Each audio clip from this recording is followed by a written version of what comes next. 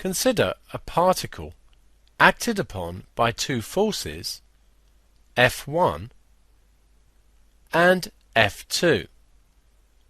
What will be the effect on this particle? Imagine that you're standing here. One friend pushes you in the back, in this direction.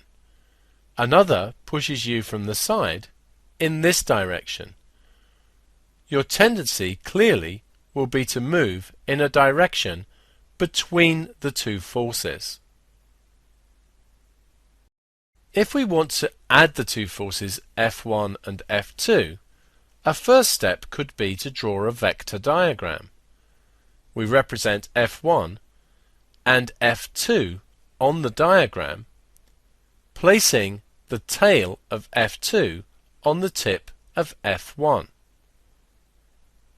The third side of this triangle is known as the resultant force.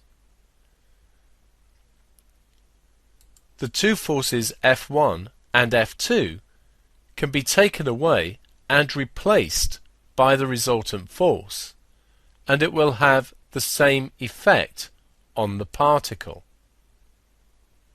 We can see this resultant force here.